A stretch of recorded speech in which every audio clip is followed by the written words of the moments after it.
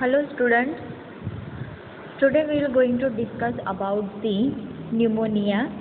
Pneumonia is a disease condition which is related to lungs only. So what is the pneumonia? Pneumonia જ્યારે થાય તો એ કન્ડિશનમાં આપણને શું જોવા મળે એ બધું આપણે ડીપલી જોઈએ. See here the picture is normal alveoli and this is the alveoli with pneumonia. તો આપણે અહીંયા જોઈ શકીએ છીએ કે આ એલ્વિયોલાઈ જે છે એમાં કોઈ પસ કલેક્શન નહીં, કોઈ ફ્લુઇડ કલેક્શન નહીં જોવા મળતું અને એર જે સ્પેસ છે એ આપણને બિલકુલ નોર્મલ જોવા મળે છે. એઝ કમ્પેર ટુ ધેટ અહીંયા આપણને શું જોવા મળે છે કે ફ્લુઇડ કલેક્શન જોવા મળે છે. તો see this is the healthy airway and this is the airway with pneumonia. તો જે હેલ્ધી એરવે છે એમાં આપણને જોવા મળે છે કે આ એરવે છે એ કેવો છે, બિલકુલ ઓપન છે. તો જેના કારણે ગેસ એક્સચેન્જની જે પ્રોસેસ છે એ બિલકુલ આરામથી સરળતાથી થઈ શકે. And as compare to that see this is the airway with pneumonia. એની અંદર આપણને જોવા મળશે કે આ જે મ્યુકસ જે છે, મસલ્સ જે છે એ કેવા થઈ ગયા છે, ઇન્ક્રીઝ થઈ ગયા છે. તો ઓટોમેટિકલી એ ઇન્ક્રીઝ થવાના કારણે જે એરવેની જે સ્પેસ છે એ સ્પેસ કેવી થઈ ગઈ, ડિક્રીઝ. સ્વેલિંગ આવી ગયું હોય, અહીંયા પસ કલેક્શન જોવા મળે. સો બિકોઝ ઓફ ધેટ જે એરવે છે એ કેવો થઈ જાય કે સાંકડો થતો જાય, નેરો થતો જાય. તો આ કન્ડિશનની અંદર આપણને મેઇનલી શું જોવા મળે કે એરવે જે છે એ એરવે સાંકડો નેરો જોવા મળે, જેના કારણે જે ગેસ એક્સચેન્જની જે પ્રોસેસ હતી, જે સહેલાઈથી જે થઈ શકતું હતું એ આપણને અહીંયા નહીં જોવા મળે. તો it's just nothing but it's a infection, કે ઇન્ફેક્શનના કારણે આ જોવા મળશે. So first is a definition. Pneumonia is an infection of the lung, pulmonary parenchyma or lung parenchyma. So pneumonia is nothing but it is a disease condition of the lung parenchyma. Parenchyma જે part છે લંગ્સનો outer surface, એ સરફેસની અંદર શું જોવા મળે કે infection જોવા મળે. It is caused by bacteria, કે મેઇનલી ન્યુમોનિયા જે છે એ શેના કારણે જોવા મળશે, તો બેક્ટેરિયા જે છે એ બેક્ટેરિયાના કારણે આપણને ત્યાં ઇન્ફેક્શન જોવા મળશે લંગ પેરેન્ચાઇમામાં. Clinically it present as an acute illness and characterized by the majority of cases by the presence of cough, purulent sputum and fever. તો આપણને મેઇનલી આટલા સિમ્ટમ્સ જોવા મળશે, કફ, પ્યુરુલન્ટ સ્પુટમ એન્ડ ફીવર. તો કફ આપણને જોવા મળશે, પ્યુરુલન્ટ સ્પુટમ જે છે એની અંદર કેવું પસ કલેક્શનવાળું આપણને સ્પુટમ જોવા મળશે એન્ડ ફીવર જોવા મળશે. Factors predisposing to pneumonia. કયા કયા ફેક્ટર જે છે, તો ફર્સ્ટ ઇઝ એજિંગ. તો first factor is ageing. Older are more prone due to decrease surfactant production. જે ઓલ્ડ એજ જે પીપલ હોય એ પીપલની અંદર ન્યુમોનિયા જે છે એ થવાના ચાન્સીસ કેવા છે કે વધે છે. કેમ? Because of the decrease the surfactant production. જે સરફેક્ટ જે છે એનું જે પ્રોડક્શન જે છે એ કેવું ડિક્રીઝ થઈ જાય. તો જેમ જેમ એજ વધે એમ એમ સરફેક્ટ મીન્સ ઇટ્સ એલ્વિયોલાઈ ફ્લુઇડ કન્ટેન્ટ, કે જે એલ્વિયોલારમાંથી એલ્વિયોલાર 2 જે છે એમાંથી ફ્લુઇડ કન્ટેન્ટ જે છે એ પ્રોડ્યુસ થતું હોય. બટ જેમ જેમ એજ વધે તો એ એજ વધવાના કારણે એ પ્રોડક્શન જે છે એ કેવું થતું જાય કે ડિક્રીઝડ થતું જાય. તો એ ડિક્રીઝડ થતું જે પ્રોડક્શન છે એના કારણે મેઇનલી એ જે સરફેક્ટ જેનું જે પ્રોડક્શન છે એ કેવું થતું જાય તો ડિક્રીઝ થતું જાય. તો બિકોઝ ઓફ ધેટ કે ન્યુમોનિયા જે છે એ ઓલ્ડ એજ પીપલની અંદર આપણને વધારે જોવા મળશે. Next one is air pollution. Second upper respiratory infection, કે અપર રેસ્પિરેટરી ટ્રેક્ટ જે છે પૂરી. તો ઓલરેડી વી ડિસ્કસ અબાઉટ કે અપર રેસ્પિરેટરી ટ્રેક્ટની અંદર કયા કયા પાર્ટ્સ હોય છે, જેમ કે સાઇનસ છે, ફેરિંગ્સ છે, લેરિંગ્સ છે, ટ્રિકિયા, બ્રોન્ક. તો આ બધા પાર્ટ્સની અંદર મેઇનલી ઇન્ફેક્શન જોવા મળે, તો એના કારણે બી ન્યુમોનિયા થતું જોવા મળે.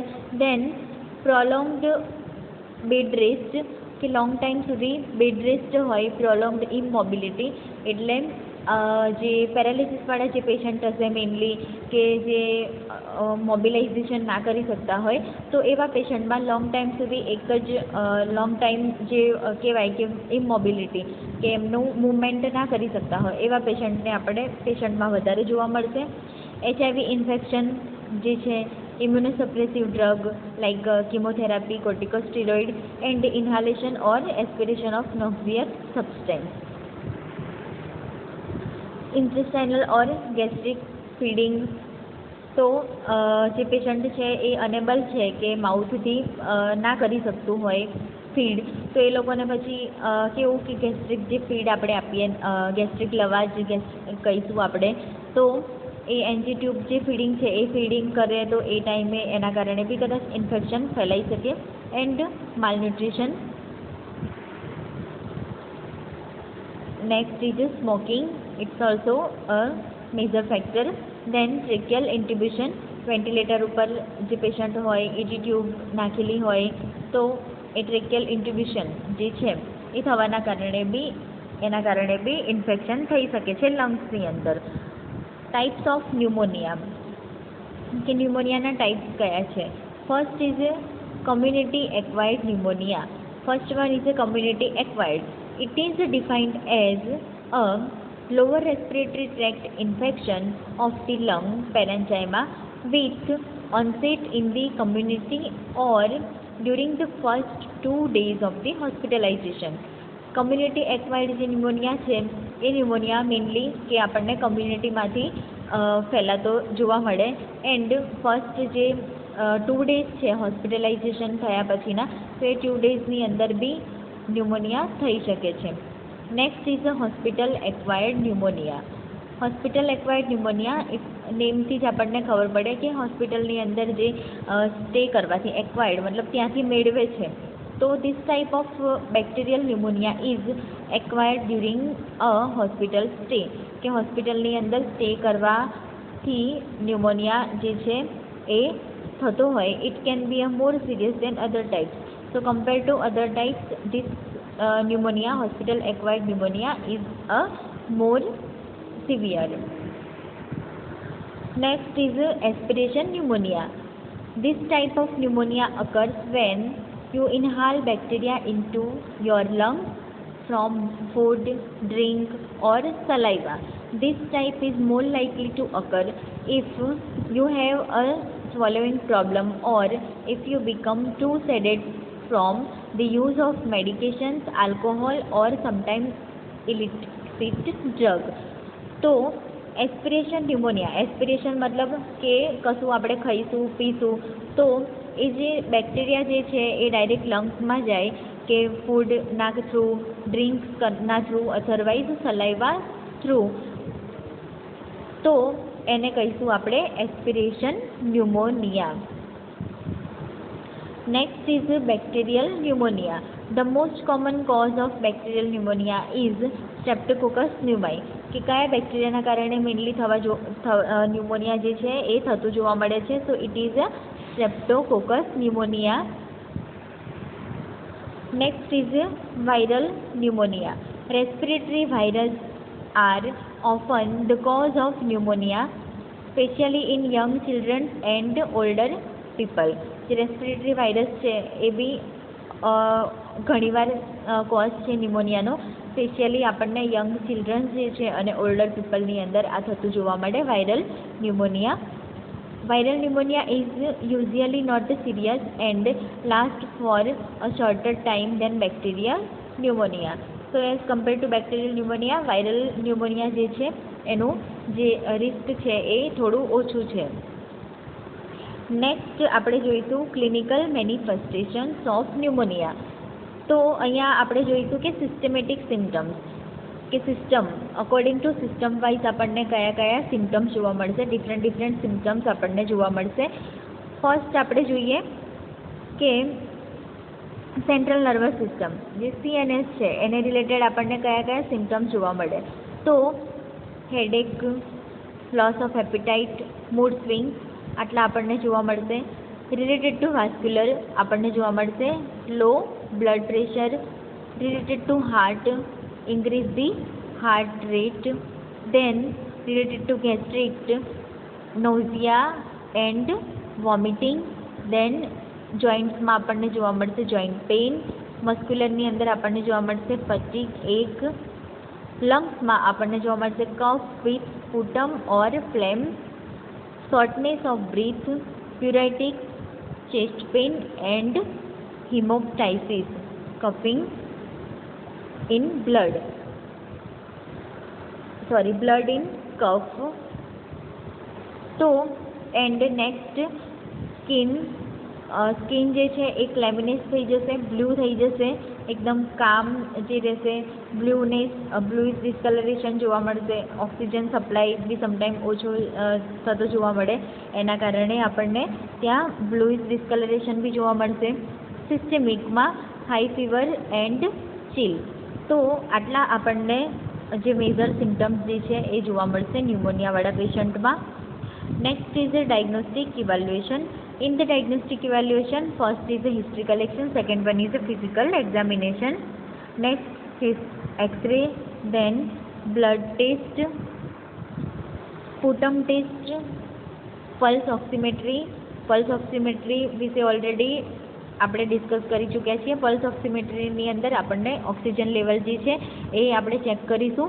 મેઇનલી 95 ઓક્સિજન લેવલ જે છે એનાથી ઓછું જાય તો એ અબનોર્મલ પછી ગણાશે. દેન બ્રોન્કોસ્કોપી, સીટી સ્કેન. બ્રોન્કોસ્કોપી એ એક પ્રોસિજર છે, માઇનર પ્રોસિજર. એની અંદર શું કરવામાં આવે તો એક જે આ ટ્યુબ જે છે એ ઇન્સર્ટ કરવામાં આવે, એને કહીશું બ્રોન્કોસ્કોપ. કે આ બ્રોન્કોસ્કોપ જે છે એ કેમેરા આસિસ્ટેડ હોય, એ આપણે ઇન્સર્ટ કરીશું થ્રુ માઉથથી લઈને બ્રોન્કાઈમાં. તો આપણે એરવે જે છે એનું વિઝ્યુલાઇઝેશન કરવા માટે, અદરવાઇઝ એક્ઝામિનેશન કરવા માટે, લંગ્સનું એક્ઝામિનેશન કરવા માટે મેઇનલી આ બ્રોન્કોસ્કોપી જે છે એ કરવામાં આવતી હોય છે. CT scan. ઓકે, નેક્સ્ટ આપણે જોઈશું મેનેજમેન્ટની અંદર ફર્સ્ટ છે એન્ટીબાયોટિક. તો ફર્સ્ટ આપણે આપીશું antibiotic drug, for example erythromycin, azithromycin. Then antiviral ડ્રગના એક્ઝામ્પલ છે zanamivir, then ribavirin. Anti fungal drug આપણે આપીશું itraconazole, fluconazole. And over counter medications for fever and pain, for example aspirin, ibuprofen and acetaminophen. તો આટલી જે medical management છે આપણું, કે મેડિકલ મેનેજમેન્ટ આપણે શું કરીશું, તો મેડિકલ મેનેજમેન્ટની અંદર ડ્રગ્સ છે કે જે આપણે પ્રોવાઈડ કરવાની રહેશે. તો આ બધી ડ્રગ છે antibiotic, antiviral, anti fungal and over counter medication આપીશું. Surgical management. તો જ્યારે મેડિકલ મેનેજમેન્ટથી ન્યુમોનિયા જ્યારે સિવિયર હોય એન્ડ મેડિકલ મેનેજમેન્ટથી એને ટ્રીટ ના કરી શકાય તો પછી આપણે સર્જરી કરીશું, સર્જરી થ્રુ ટ્રીટ કરીશું. ફર્સ્ટ છે લાર્જ વેજ રિજેક્શન. ફર્સ્ટ સર્જરીનું જે નામ છે એ છે લાર્જ વેજ રિજેક્શન.